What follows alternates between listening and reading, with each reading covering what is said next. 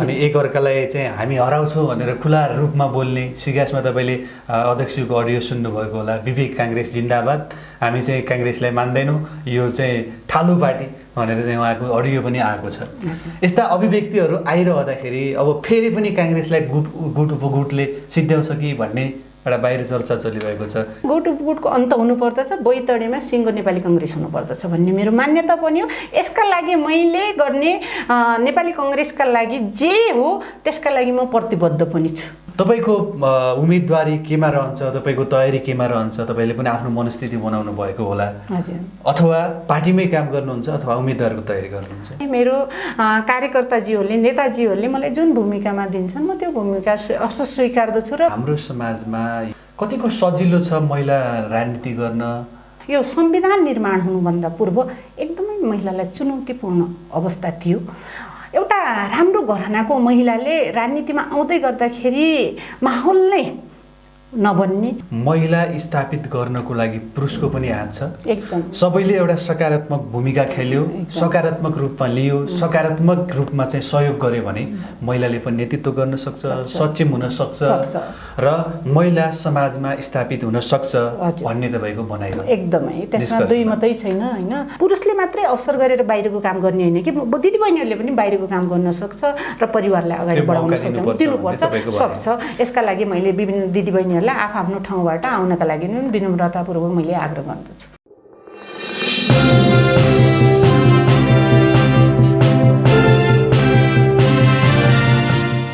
आदरणीय दर्शकबिन नमस्ते, म महेश अवस्थी। तपाईँ अहिले सगुन अनलाइन टिभीमा चुनाव विशेष कार्यक्रम हेरिरहनु भएको छ। आज हामीसँग कुराकानीको लागि हुनुहुन्छ नेपाली काङ्ग्रेस प्रदेश कार्य समिति सदस्य महिला नेत्री कान्ता चन्द हामीसँग हुनुहुन्छ। यहाँलाई धेरै धेरै स्वागत छ। नमस्कार, धन्यवाद। प्रदेशमा तपाईँलाई भर्खरै गरेको निर्णयअनुसार कार्य सम्पादन समिति र संसदीय बोर्डमा सदस्यमा नियुक्त गरेको छ, चयन गरेको छ। हजुर, तपाईँलाई बधाई पनि छ। यो समितिले के काम गर्छ, यो समिति कसरी अगाडि बढ्छ, समितिको काम के हो, अलिकति बुझाइदिनुहोस् न।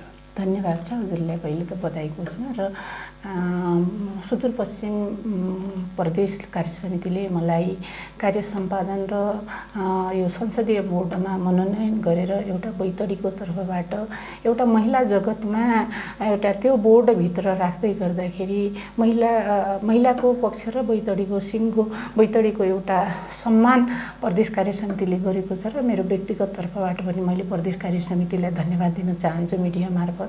र अब एउटा सुदूरपश्चिम कार्य समिति चयन भएको छ। अहिले सङ्घीय परिवेश अनुसार प्रदेश कार्य समिति गठन भएको छ। त्यो कार्य समितिमा अलिकति अब धेरै सदस्यज्यूहरू 9वटै प्रदेशबाट प्रतिनिधित्व गरिराख्नु भएको छ र अब प्रदेशमा अपरझट आइपर्दाखेरि केही निर्णयहरू गर्नुपर्दाखेरि तुरुन्तै उपलब्ध हुने साथीहरूलाई एउटा कार्य समितिको छोटो रूपमा कार्य सम्पादन समिति गठन गरेको छ, जसअनुसार सुदूरपश्चिम नेपाली कङ्ग्रेसको प्रदेश कार्य समितिमा 27वटा सदस्यहरू मनोनित गरेको छ र त्यसमा मलाई प्रदेशले पत्याएर प्रदेशको आदरणीय सभापति वीरबहादुर बलायतज्यू लगायत त्यहाँको नेतृत्व सबै पदाधिकारीज्यूहरूले मलाई पत्याएर त्यो कार्य सम्पादन ठाउँमा ल्याएको छ र त्यसले चाहिँ अपरझट नेपाली कङ्ग्रेसले गर्नुपर्ने निर्णयहरू प्रदेश कमिटीमा गर्नुपर्ने निर्णयहरूका लागि पछि कार्य समितिबाट अनुमोदन हुने गरी तुरुन्तै रूपमा बोलाएर निर्णय गर्दाका लागि कार्य सम्पादन गर्छ। त्यो संसदीय बोर्डमा पनि तपाईँलाई सदस्यको रूपमा राखेको छ। संसदीय बोर्डले के गर्छ? अब अहिले निर्वाचनको प्रक्रिया अगाडि बढिरहेको छ। देश निर्वाचनको, स्थानीय निर्वाचनको पूर्व सन्ध्यामा अगाडि बढिरहेको छ। यसै सन्दर्भमा लिएर नेपाली कङ्ग्रेसको विधान तहदेखि लिएर नेपाली कङ्ग्रेसको केन्द्रीय कार्य समितिमा पनि संसदीय बोर्ड छ। त्यस्तै गरेर प्रदेश कमिटीमा पनि संसदीय बोर्ड छ, जिल्ला कमिटी समितिमा पनि संसदीय बोर्ड छ र प्रतिनिधि सभा क्षेत्रीय समितिहरूमा पनि संसदीय बोर्डको अवधारणा नेपाली कङ्ग्रेसको विधान बमोजिम गरेको छ र त्यो अनुरूप सुदूरपश्चिम प्रदेश नेपाली कङ्ग्रेसको कार्य समितिले पनि कार्य समितिमा पनि कार्य सम्पादन संसदीय बोर्डबाटै संसदीय बोर्ड निर्माण गरेको छ, जस अनुरूप 9वटा 9वटा चाहिँ सदस्यहरू त्यसमा पनि पदाधिकारी प्लस 9वटा सदस्यहरू लिने विधान तह व्यवस्था छ। 2 जना अन्य एउटा त्यो क्षेत्रको यो सुदूरपश्चिम क्षेत्रभित्र गर्दाखेरि सबै 7वटै पूर्ववेशनको नेपाली कङ्ग्रेसको प्रमुख संसदीय दलको नेता पनि त्यसको पदेन सदस्य हुने र अन्य जस्तै अब टिकटिङ वितरण गर्दाखेरि सम्बन्धित जिल्लाको सभापतिहरू पनि त्यसमा आमन्त्रित गर्ने गरेर 20वटाको एउटा कार्य यो संसदीय बोर्ड निर्माण गरेको छ। त्यसमा पनि अब सुदूरपश्चिम प्रदेशले अब अग्रज मेरा नेतागणज्यूहरूले सबैको सरसल्लाहले मलाई पनि त्यसमा राखेको छ र त्यसले चाहिँ अहिलेको आसन्न निर्वाचनमा स्थानीय लेभलको टिकट वितरण गर्नका लागि जस्तै अहिले पनि एउटा गठबन्धनको कुरालाई संयन्त्रका रूपमा प्रयोग गर्दाखेरि नगर र गाउँ वडा अध्यक्षहरूको टिकटलाई सिटहरूलाई सुनिश्चित गर्नका लागि राय पेश गर्ने एउटा जिम्मेवारी दिएको छ भने यसपछि चाहिँ नेपाली कङ्ग्रेसको जुन विधान तह स्थानीय लेभलका जुन टिकटहरू वितरण गर्ने कुराहरू सिलसिला छ त्यसमा नगरको प्रमुख र उपप्रमुख टिकटलाई सुनिश्चित गरेर उम्मेदवारी घोषणा गर्ने काम चाहिँ नेपाली कङ्ग्रेसको विधान तह प्रदेशमा दिएको छ र त्यही कमिटीले त्यसलाई फाइनल गरेर उम्मेदवारी घोषणा गर्ने जिम्मा सुदूरपश्चिम नेपाली कङ्ग्रेसको यो संसदीय बोर्डले गर्नेछ भन्ने कुरा मैले यहाँलाई अवगत गराएँ। त्यो संसदीय बोर्डले सुदूरपश्चिममा कतिको निष्पक्ष काम गर्न सक्ला? एउटा टिकटिङमा तपाईँहरूको चाहिँ अब धेरै आकाङ्क्षीहरू पनि देखिन्छन् प्रत्येक जिल्लामा, प्रत्येक स्थानीय तहमा। हजुर, त्यो समितिले निष्पक्ष काम गर्नेमा गुट उपगुटलाई नहेर्नेमा कतिको काम गर्न सक्ला? मैले यहाँलाई जोडेँ नेपाली कङ्ग्रेसको विधान तहहरूमा जुन अहिले विधानमा नै उल्लेख भएर नेपाली कङ्ग्रेसका टिकट वितरण गर्ने एउटा वैधानिक रूपमा स्पष्ट रूपमा खाका तयार गरेर जो विधानमा लेखिएको छ त्यो कुराले नेपाली कङ्ग्रेसभित्र एउटा सङ्गठनलाई मजबुत गर्ने, सङ्गठनमा त्याग तपस्या गरेको, लगानी गरेको, सङ्गठनप्रति आबद्ध भएको एउटा सक्षम र सबल नेतृत्वलाई चयन गर्दछ भन्ने कुरामा मैले विश्वास लिएको छु र हाम्रो सुदूरपश्चिमको यो जुन संसदीय बोर्ड बनेको छ यसमा यो निर्भीकता साथ मैले यहाँलाई अनुरोध गर्दछु र मैले सम्पूर्ण हाम्रा नेपाली कङ्ग्रेसका उम्मेदवारका प्रत्याशी जीहरूलाई मैले विश्वस्त रहन आग्रह गर्न चाहन्छु। एकदमै यहाँहरूको मूल्याङ्कन गरेर सम्पूर्ण कुराहरूलाई आधारहरू मानेर पार्टीभित्र गरेको उहाँहरू गरेर यसबेला कुनै गुट उपगुट कुनैको भनसुन र कुनैको त्यसले प्रभावित नगरेर जसले जुन ठाउँमा उम्मेदवारी दिनुपर्ने त्यो ठाउँमा यो सुदूरपश्चिम प्रदेशको यो संसदीय बोर्डले दिन्छ भन्ने कुरा म विश्वस्त छु। तपाईँहरूले भन्ने कुरा चाहिँ विधान बमोजिम जान्छौँ हामी भन्ने कुरा हुन्छ, तर जाने बेला चाहिँ नेताकै खुट्टा ढोग्नुपर्ने, नेता निकट हुनै पर्ने टिकट माग्नको लागि त्यस्ता कुराहरू पनि त देखिन्छन् नि। अहिले फेरि साँठगाँठ तपाईँहरूसँग पनि फोन आउने बेला मलाई लिनुहोस् भन्ने कुराहरू भित्र एउटा खालको त चलिरहेको होला नि त। त्यो उम्मेदवारको स्वाभाविक आकाङ्क्षीहरूले गर्ने एउटा प्रक्रियाभित्र पर्दछ। उसले मैले पाउनु पर्दछ मेरो स्वाभाविक दावा हो, तर त्यो नजिक हुनै पर्ने स्थिति त नहुनुपर्ने, क्वालिटी हेर्नको लागि अथवा उसको एक्सपिरियन्स अथवा कति पार्टीमा चाहिँ लगनशील छ भन्ने कुरालाई त पार्टीले पो मूल्याङ्कन गर्ने त नजिक भएकोलाई मात्रै। नेपाली कङ्ग्रेस यस्तो मासबेस पार्टी हो, नेपाली कङ्ग्रेसभित्र अथाह आफ्नो योगदान गरेका, जीवन समर्पण गरेका, नेपाली कङ्ग्रेसलाई नै जीवन पद्धति बनाएर लागेका नेताजीहरू हुनुहुन्छ। कसैको जुन योगदान र नेपाली कङ्ग्रेसप्रतिको लगाव छ कसैलाई हामीले अवमूल्यन गर्नुपर्ने अवस्था छैन। सब 101 उम्मेदवार छन्। ती 101 उम्मेदवारमा अहिले पालो एउटालाई दिने भोलि अर्कोलाई दिने सन्दर्भमा अहिले अलिकति रूपमा सबैले आकाङ्क्षा राखेले मेरै हुनुपर्दछ भन्ने नेतासँग पनि नजिक हुनुपर्छ, कार्यकर्तासँग पनि नजिक हुनुपर्छ, समाजसँग पनि नजिक हुन्छ। त्यस्तो किसिमको मान्छेहरू धेरै भइदिएका कारणले उनीहरूले त्यो स्वाभाविक प्रक्रियामा उनीहरू गइराखेका हुन्छन्। ती स्वाभाविक नजिक भएको कारणले होइन कि तपाईँहरू त्यो क्वालिटी मूल्याङ्कन र अनुभवलाई चाहिँ हेर्छ। यो पाला निश्चित रूपमा हेरिन्छ। निश्चित रूपमा मैले मेरो जीवनकालमा नेपाली कङ्ग्रेसभित्र यति पारदर्शी ढङ्गबाट उम्मेदवार चयन गर्ने नेपाली कङ्ग्रेसको विधानमा यो पहिलो पटक पहिलोपटक विधानमा नै उल्लेख भएर आएको अवस्था छ।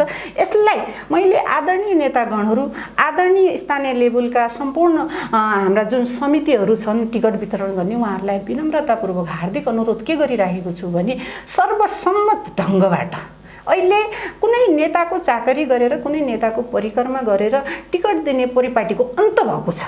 यहाँ सर्वसम्मत ओडाको टिकट ओडा कार्य समितिमा सर्वसम्मत गरेर जाने परिपाटी नेपाली कङ्ग्रेसको विधानले गरिदिएको छ। त्यसको सदुपयोग गर्न, त्यसको उपभोग गर्न र नेताले अब नेताको मात्रै चाकरी गरेर नेता बन्छु भन्ने जुन हाम्रो यो एउटा सिस्टम बसेको छ त्यसको अन्त गर्नका लागि पनि अहिलेको स्थानीय निर्वाचनमा नेपाली कङ्ग्रेसको विधानमा टेकेर ओडा सदस्यज्यूहरूले ओडाका साथीहरूको मन जितेर सर्वसम्मत त्यहाँबाट आउनुहोस्, नगरको साथीहरूले नगरमा मन जितेर त्यहाँबाट आउने एकदम स्पष्ट व्यवस्था छ। त्यसकारण यसलाई चाहिँ हामीले अवसरका रूपमा लिएर एउटा सक्षम व्यक्ति पालो दिने कुरा हो। धेरै साथीभाइहरूले योले पाइहाल्यो भनेर धेरै दुखेसो गर्नु, एकदमै मैले पार्टीमा यो गरेँ मैले पाएन भन्ने मन दुखाउनु भन्दा पनि जुन साथीले अब टिकट पाउँछ उसका पक्षमा, नेपाली कङ्ग्रेसका पक्षमा काम गर्नका लागि मैले विनम्रतापूर्वक यही सञ्चार माध्यमबाट आग्रह पनि गरेँ। कान्ताजी, हामी राजनीतिक कुराहरू धेरैसँग गरिरहेका हुन्छौँ। आज तपाईँलाई म महिलाको राजनीतिमा जोडेर तपाईँसँग महिला नेत्री भएको हिसाबले म धेरैजसो कुराहरू महिलासँग जोडेर गर्छु। अब राजनीति लामो समयदेखि गर्दै हुनुहुन्छ। हाम्रो समाजमा कतिको सजिलो छ महिला राजनीति गर्न, कतिको सङ्घर्षरत हुनुपर्छ र कतिको समाजले पत्याएको छ, के चुनौतीहरू छ? मलाई जुन एउटा हजुरले प्रश्न गर्नु तेर्स्याउनु भयो, यो आम नेपालीलाई तेर्स्याउने प्रश्न हो र यो भित्रै हामीले उत्तर खोज्दै नेपाली समाजमा नेपाली महिलाले प्रतिनिधित्व गर्नुपर्दछ भन्ने मूल मन्त्रलाई धेर गरेर मैले पनि आफ्नो जीवनलाई राजनीतिक यात्रामा अगाडि बढाएको अवस्था यहाँले देखिराख्नु भएको छ, साथीभाइहरूले देखेको छ, मूल्याङ्कन गरेको छ। मूल्याङ्कन गरेर मलाई पार्टीमा एउटा सम्मानजनक स्थानमा मलाई जिम्मेवारी पनि दिएको छ। यसका लागि मैले मेरा आम नेपाली कङ्ग्रेसका साथीहरू, नेपाली कङ्ग्रेसका मेरा मित्रहरू, नेपाली कङ्ग्रेसका कार्यकर्ताहरू र नेपाली कङ्ग्रेसका आदरणीय मेरा नेतागणहरूलाई मैले धन्यवाद पनि दिन चाहन्छु। र नेपालको परिवेशमा महिलाले राजनीति गर्दै गर्दाखेरि विगत यो संविधान निर्माण हुनुभन्दा पूर्व एकदमै महिलालाई चुनौतीपूर्ण अवस्था थियो। एउटा राम्रो घरानाको महिलाले राजनीतिमा आउँदै गर्दाखेरि माहौल नै नबन्ने, महिलाका बारेमा विभिन्न टीका टिप्पणीहरू उठ्ने र त्यो महिला राजनीतिमा टिक्न साह्रै गाह्रो। तर अहिले पछिल्लो समयमा आएर मैले के आभास गरिराखेको छु भने जुन संविधान तह नेपालको संविधानमा महिलाको जुन स्थान सुनिश्चितता गरिदिएको छ, समावेशिता ल्याइदिएको छ, समावेशीका आधारमा अब नेपाली दिदीबहिनीहरूले पनि राजनीति गर्छ है भन्ने मैले कथा न कता आफूलाई अनुभूति गरिराखेको अवस्था चाहिँ छ। अहिले म गर्वित छु। किन गर्वित छु भने हजारौँ महिला दिदीबहिनीहरू राजनीतिमा उत्रेका छन्। अब मैले वडा सदस्य पाउनुपर्छ है, अब मैले उपमेयर पाउनुपर्छ, मैले मेयर किन पाउनु हुँदैन, मैले सांसद किन पाउनु भन्ने उकालत अहिले बजारमा छ्यापछ्याप्दै आइरहेको पछिल्लो समयमा यो 5 वर्षको दरम्यानमा एउटा राजनीतिमा महिलाहरूको सहभागिता उल्लेखनीय रूपमा वृद्धि भइरहेको छ, जसका कारणले पहिलाको कुरा नतुलनामा धेरै जुन मेरा दुःखहरू थिए, जुन एउटा महिलाले दुःख गरेर राजनीतिमा आउनुपर्ने ती दिनहरू भुल्ने अवस्था मलाई महसुस भइराखेको छ। धेरै महिला दिदीबहिनीहरू, आमाहरूले पनि हेरिरहेको होला यो कार्यक्रम। तपाईँले चाहिँ यो अहिलेको सहभागिता चाहिँ समावेशी हिसाबले महिला आउनुपर्छ भन्ने भयो, संविधानले नै ग्यारेन्टी गर्यो। तर योभन्दा अगाडिका चुनौतीहरू के थिए, के पार गर्नु पर्थ्यो, थोरै अनुभव सुनाइदिनुहोस् न। अब सम्पूर्ण दिदीबहिनी, मलाई पनि त्यो घटनाले नछोएको हुँदैन। सम्पूर्ण दिदीबहिनीहरूलाई पहिला त घरबाट बाहिर निस्किनै एउटा महिलालाई सामाजिक बन्न नै हाम्रो समाजले चुनौतीपूर्ण छ। त्यो मेरा लागि पनि हुन्छ, अर्को दिदीबहिनीका लागि पनि हुन्छ र सबै आमाहरूले पनि भोगेको अवस्था। तपाईँको भोगाइ त त्यो छ नि त, मैले भोगेको पनि छु, मैले देखेको पनि छु र कयौँ महिला दिदीबहिनीहरू यसैले गर्दाखेरि पलायन भएको, राजनीतिबाट पलायन भएको, सामाजिक जुन उसको सामाजिक सेवा गर्ने भावनाबाट ओतप्रोत भएर लागेका दिदीबहिनीहरू छन् उनीहरूले त्यो क्षेत्रबाट पलायन हुनु परेको अवस्थाहरू त मेरो आँखामा झल्ती आइराखेका छन्। कयौँ उदाहरणहरू छन्, कयौँ चुनौतीहरू हुन्छन् नेपालको यो जगतमा। त्यो पितृसत्तात्मक जुन यो हाम्रो सोच छ, महिलाले त अब विभिन्न कुराहरू महिला पोथी कराएकै राम्रो हुँदैन भन्छन् होइन, एउटा महिलालाई हेर्ने दृष्टिकोण हिँड्नै हुँदैन। अनि कसै दाजुभाइहरूसँग हिँड्दै गर्दाखेरि उसैसँग जोडेर उसको चरित्र हत्यासम्म उसको हत्याउनसम्म हाम्रो समाजले राख्दैन। बाँकी ती कुराहरूलाई समायोजन गरेर ती कुराहरूलाई मिलाएर महिलाले जसले त्यसलाई चिरेर अगाडि बढ्न सक्छ त्यसले चाहिँ निश्चित रूपमा मलाई लाग्छ महिलाले त्यति मात्रै गरिदिने हो भने नेपालको राजनीतिमा महिला स्थापित हुन्छन्। किनभनेपछि नेपालको यो अहिलेको राजनीति परिवेशलाई हेर्दै गर्दाखेरि पुरुष दाजुभाइहरू धेरै राजनीति गर्ने उसमा छन्, छ्यापछ्याप्ती छन्, कम्पिटिसन छ, उनीहरूको प्रतिस्पर्धा एकदम भास्ट छ। तर महिला दिदीबहिनी हामी थोरै सङ्ख्यामा छौँ र हामी खारिएर आएका हुन्छौँ। हामीले विभिन्न दुःख कष्ट भोगेर त्यहाँसम्म पुगेका हुन्छौँ। यसकारण प्रतिस्पर्धा अलिक थोरै हुन्छ र त्यो प्रतिस्पर्धा थोरै भएका कारणले हामीले अवसर धेरै प्राप्त गर्छौँ। जस्तै तपाईँले योभन्दा अगाडि के जोड्नुभयो भने महिलालाई समाजमा हिँड्नै गाह्रो, पुरुष दाजुभाइसँग कामै गर्न गाह्रो, उहाँहरूलाई हेर्ने दृष्टिकोण फरक भइहाल्ने खालको जुन चाहिँ परिपाटी छ त्यसलाई जोड्नै पर्छ र भने महिलाले काम गर्नै नपाउने, हिँड्नै नपाउने, समाजमा डुल्नै नपाउने अथवा पुरुष दाजुभाइसँग मिलेर कामै नगर्नुपर्ने भन्ने त नहोला। तर योलाई चेन्ज गर्नको लागि के गर्न आवश्यक छ? तपाईँको अनुभवले के भन्छ? के भयो भने चेन्ज हुन्छ यो चिजलाई? सकारात्मक के महिलाले पनि हुनुपर्ने होला, के पुरुषले पनि हुनुपर्ने होला? मलाई यस्तो लाग्छ, महिला दिदीबहिनीहरू जब एउटा घरबाट बाहिर आएर केही गरौँ भन्ने, चाहे उसले जागिरीको सन्दर्भ किन नहोस्, चाहे राजनीतिक कुरा किन नहोस्, किन समाजसेवा किन नहोस्, जुनसुकै पाटोमा पनि उसले बाहिर आउने बित्तिकै उसले त महिलाले त एउटा पारदर्शी ढङ्गबाट काम गर्न सक्छ, महिलाले जे पनि गर्न सक्छ भन्ने मान्यता मैले राख्दछु। र त्यो सन्दर्भमा उसलाई अवसर र उसलाई जिम्मेवारी दिँदै गर्दाखेरि सहयोगको आवश्यकता रहन्छ र त्यो सहयोग र सकारात्मक सहयोग चाहिन्छ र त्यसलाई जोड्दै गर्दाखेरि उसले सक्षम हुन्छ, ऊ महिला सक्षम हुन्छ, उसले गर्न सक्छ। मलाई लाग्छ, मलाई विश्वास छ त्यो महिलाले गर्न सक्छ। तर अब त्यो महिलालाई त्यो ठाउँबाट प्रतिस्पर्धामा पछाडि बेग धकेल्नका लागि जो पुरुष साथीहरू हुनुहुन्छ उहाँहरूका त विभिन्न कमी कमजोरी हुन्छन्। उनीहरूले त प्रतिस्पर्धा हाई किसिमको गर्नुपर्छ, समाजमा अब्बल किसिमले गर्नु सक्नुपर्छ। समाजमा धेरै कुराहरू छ, उनीहरूको त धेरै कम्पिटिसन छ, भास्ट कम्पिटिसन छ। त्यसमा निखिरेर आएको मान्छे नेता बन्ने हो, त्यसमा निखिरेर आएर फर्स्ट कम्पिटिसनमा आउने हो, उनीहरूमा त कम्पिटिसन। तर महिला दिदीबहिनी थोरै भएकोले पनि आफूलाई सक्षम बनाउनका लागि आफ्ना क्रियाकलापहरू, दैनिक क्रियाकलापहरू एकदम सकारात्मक वेबाट गएर गर्न सक्यो भने ऊ सक्षम हुन्छ भन्ने कुरा यो राम्ररी समाजले बुझेको छ। तर त्यसलाई त्यहाँबाट धकेल्नका लागि उसलाई अरू कुरा केही पनि हुँदैन, सजिलो उपाय छ, सजिलो उपाय छ। त्यति गरिदियो भने उसलाई चाहिँ के हुन्छ, मानसिक टर्चर हुन्छ। मानसिक टर्चर भएपछि ऊ बेकाउँछ, समाजमा बस्न उसलाई अप्ठ्यारो लाग्छ, झगडै गरी कति राख्ने, कुरै कति गर्ने, बार्गेनिङ गरिदियो भने अन्त त्यो पार्टी छोडिदियो भने बेक हुन उसलाई बाध्य बनाउँछ। अब यसलाई निष्कर्षमा हेर्ने हो भने महिला स्थापित गर्नको लागि पुरुषको पनि हात छ। एकदम सबैले एउटा सकारात्मक भूमिका खेल्यो, सकारात्मक रूपमा लियो, सकारात्मक रूपमा चाहिँ सहयोग गर्यो भने महिलाले पनि नेतृत्व गर्न सक्छ, सक्षम हुन सक्छ र महिला समाजमा स्थापित हुन सक्छ भन्ने तपाईँको भनाइ हो। एकदमै त्यसमा दुई मात्रै छैन होइन। एकदम महिलालाई सकारात्मक वेबाट एउटा सपोर्ट मिल्छ भने महिलाले जे पनि गर्न सक्छ, हरेक कुरा गर्न सक्छ। उसले जागिरमा अब्बल हुन सक्छ, समाजमा अब्बल हुन सक्छ, राजनीतिमा अब्बल हुन सक्छ, उसको आर्थिक स्थिति पनि अब्बल हुन्छ।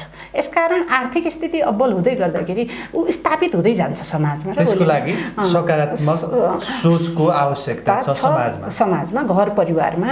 अनि हामीले चाहिँ समाज चेन्ज गर्नुपर्छ, माइन्ड चेन्ज। अब हाम्रो दिदीबहिनीहरूले पनि केही गर्न सक्छ, हाम्रो बुहारीहरूले पनि केही गर्न सक्छ। हामीले उनीहरूलाई अवसर दिनुपर्दछ।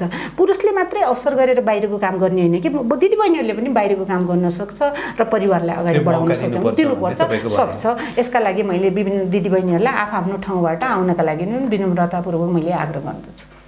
अब हामी चुनाव नजिकिएसँगै थोरै चुनावको कुरालाई पनि जोडौँ। बैतडीमा नेपाली काङ्ग्रेस पनि चुनावमा होमिएको छ र अब तपाईँ महिला नेत्री प्रदेश कार्य समितिमा भएको हैसियतले पनि नेपाली काङ्ग्रेस बैतडीमा कसरी तयारी गर्दैछ?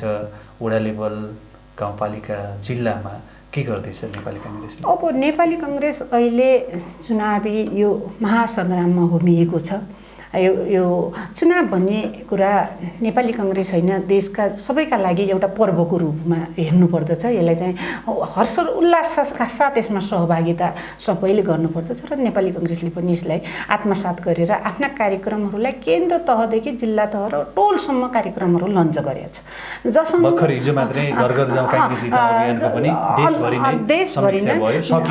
देशभरि नै एउटा 1 महिने कार्यक्रम फागुन 29 मा सुरु गरेर चैत्र 29 गते समापन भएको छ। जस अनुसार प्रदेश कार्य समितिले मलाई पनि अत्तरीय कैलालीको 4 नम्बर क्षेत्रको ख क्षेत्रमा खटाएको थियो। मैले पनि आफ्ना कार्यक्रमहरू त्यहाँ गरेँ। घर घर गयौँ, हामी टोल टोलमा बस्यौँ, छरछिमेकमा पुग्यौँ।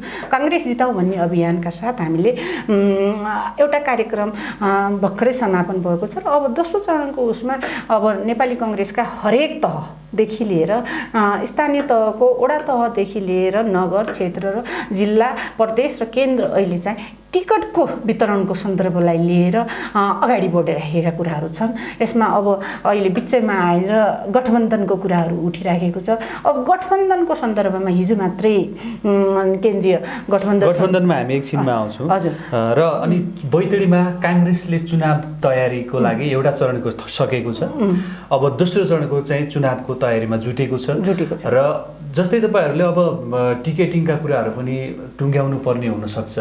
काङ्ग्रेसमा धेरै जस्ता आकाङ्क्षीहरू पनि देखिएका छन्। त्यो आकाङ्क्षीहरूलाई मिलाउनको लागि सजिलो छ कि अप्ठ्यारो छ कि तपाईँहरूलाई? अब अहिलेको सन्दर्भमा हेर्दै गर्दाखेरि 10 वटा स्थानीय तहमा नेपाली काङ्ग्रेसले आफै चुनावमा गएर चुनाव लड्ने सन्दर्भमा पूर्ण तयारी गरेको अवस्थामा थियो र बिचमा जुन यो गठबन्धनको कुरा आयो, यसले गर्दाखेरि अब सिटको तालमेलको सन्दर्भमा केन्द्रको गठबन्धनको जो आधिकारिक निर्णय छ त्यो अनुसार त बैतडी जिल्लाले पनि जानुपर्ने बाध्यता छ र त्यो अनुसार जाने कुरामा बैतडी जिल्ला सहमत पनि छ। र अब यसो गर्दै गर्दाखेरि 10 वटाको यसो सिनारी हेर्दै गर्दाखेरि नेपाली काङ्ग्रेसको तयारी पुगेको छ। त्यो तयारी मैले यहाँलाई के अवगत गर्न चाहन्छु भने मिडिया मार्फत सम्पूर्ण साथीभाइहरू, सम्पूर्ण पालिकाका आम दाजुभाइहरूमा हामी पुर्चौनीको नगरपालिकामा हाम्रा वडा तहका सबै लगभग सबै भनौँ सबै वडा अध्यक्ष लगायतको टिम निर्विरोध रूपमा नेपाली काङ्ग्रेसले उम्मेदवारी दिइसकेको अवस्था छ। त्यहाँ पालिकाको घोषणा गरिसकेको अवस्था छ। त्यहाँ कुनै विवाद भएको छैन। सर्वसम्मत ढङ्गबाट नेपाली काङ्ग्रेसले छनौट प्रक्रिया अगाडि बढाइसकेको छ। त्यहाँको प्रमुखको पनि तय गरिसकेको छ। एउटा त्यो ठाउँमा हामीले अब त्यहाँ विवादको कुनै सिर्जना अथवा त्यहाँ हुन्छ भन्ने कुरा मलाई लाग्दैन। त्यस्तै गरेर अन्य बैतडी जिल्लाको 84 वडामा पनि मलाई हिजोसम्म सूचना भएअनुसार 55 वटा वडा अध्यक्षज्यूहरूको सर्वसम्मत रूपमा चयन भएको कुरा भएको कुराहरू हामीले प्राप्त गरेका छौँ र केही कुराहरूमा धेरै साथीहरूको उम्मेदवारी भइसकेपछि अब एउटालाई वडाले नै दिएर त्यसले असर पार्छ र अब जिल्लाले नै यसलाई टुङ्ग्याउँछ भन्ने मनस्थितिमा वडाका साथीहरू बसेको अवस्था छ। त्यहाँ पनि सर्वसम्मत रूपमा जसलाई नेपाली काङ्ग्रेसले दिन्छ त्यसका पक्षमा काम गर्छ भने त्यसरी तयारी गरिरहेको छ। त्यसपछि अब हाम्रो 4 वटा नगरपालिका र 6 वटा गाउँपालिकाको सन्दर्भमा पनि टेन्टेटिभ खाका जिल्लाले बनाइसकेको छ। त्यसमा पनि धेरै विवाद हुने अवस्था छैन। अब गठबन्धनको सन्दर्भमा कति सिट गठबन्धनलाई गर्ने र कसरी काङ्ग्रेसलाई अगाडि बढाउने भन्ने बारेमा भोलि पर्सि 2 गते हाम्रो जिल्ला लेभलमा सिटको तय गरेर 3 गते प्रदेशले र 5 गते केन्द्रमा पठाइसक्नुपर्ने हाम्रो परिपत्र आइसकेको हुनाले त्यो कार्यक्रममा नेपाली काङ्ग्रेस अहिले जुटेको छ। एकदम स्पष्ट रूपमा नेपाली काङ्ग्रेस अहिले उम्मेदवारको एउटा सक्षम उम्मेदवार, भोलिका दिनमा कुनै त्रुटि नहोस्, कसैलाई अन्याय नहोस्, नेपाली काङ्ग्रेसमा लागेको साथीलाई एउटा अहिले मौका दिने त हो, काम गर्ने अवसर दिने उसमा नेपाली काङ्ग्रेस अहिले जुटेको छ। एकदम निर्भीकताका साथ नेपाली काङ्ग्रेसले आफ्नो कार्य अगाडि बढाएको छ। अब चुनाव आएसँगै नजिक आएसँगै गुट उपगुटहरू देखिने अनि एकअर्कालाई चाहिँ हामी हराउँछौँ भनेर खुला रूपमा बोल्ने सिगासमा तपाईँले अध्यक्षको अडियो सुन्नुभएको होला, विवेक काङ्ग्रेस जिन्दाबाद, हामी चाहिँ काङ्ग्रेसलाई मान्दैनौँ, यो चाहिँ ठालु पार्टी भनेर चाहिँ उहाँको अडियो पनि आएको छ। यस्ता अभिव्यक्तिहरू आइरहँदाखेरि अब फेरि पनि काङ्ग्रेसलाई गुट उपगुटले सिद्ध्याउँछ कि भन्ने एउटा बाहिर चर्चा चलिरहेको छ, के हुनसक्छ? अब मेरो नजरबाट मैले चाहिँ बैतडी जिल्ला होइन देशभरि गुट र गुटको अन्त भइसकेको कुरा मैले महसुस पनि गरेको छु र ठाउँ ठाउँमा मैले यो कुरा बोल्दै आइरहेको पनि छु। किन भन्दै गर्दाखेरि अब नेपालको सन्दर्भमा नेपाली कङ्ग्रेसभित्र दुईवटा गुट देखिन्थ्यो, एउटा प्रजातान्त्रिक र एउटा इतर संस्थापन र संस्थापन। अब संस्थापन भनेपछि जो सत्तामा छ, जो संस्थाभन्दा बाहिर छ ऊ इतर संस्था।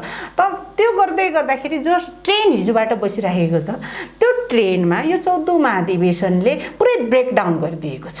अब कुनै त्यहाँ इतर संस्थापन पनि छैन, कुनै त्यहाँ संस्थापन पनि छ। सिर्फ के छ, नेपाली कङ्ग्रेस छ। नेपाली कङ्ग्रेस त्यो छ। नेपाली कङ्ग्रेस सभापति आदरणीय सभापति सम्माननीय प्रधानमन्त्री शेरबहादुर देउवा नेपाली कङ्ग्रेसको सभापति हुनुहुन्छ।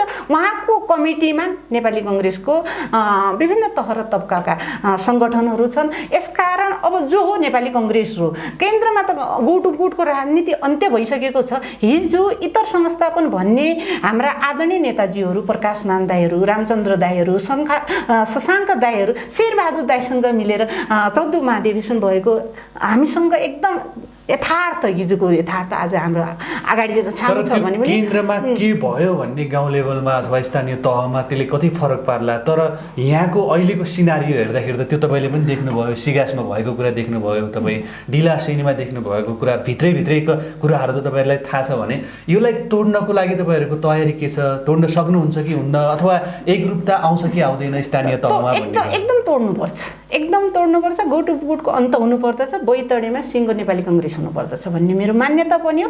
यसका लागि मैले गर्ने नेपाली कङ्ग्रेसका लागि जे हो त्यसका लागि म प्रतिबद्ध पनि छु र मैले यहाँलाई आग्रह गरेर सबैलाई सूचित गर्न के चाहन्छु भने बैतडी जिल्लाको सन्दर्भमा पनि अब हामीले दुईटा टिमबाट चुनाव लडेको त मिडिया मार्फत अथवा सबै दाजुभाइहरूलाई अवगत भएको कुरा हो र पछिल्लो समयमा आएर अब टिम मैले देखिराखेको छैन।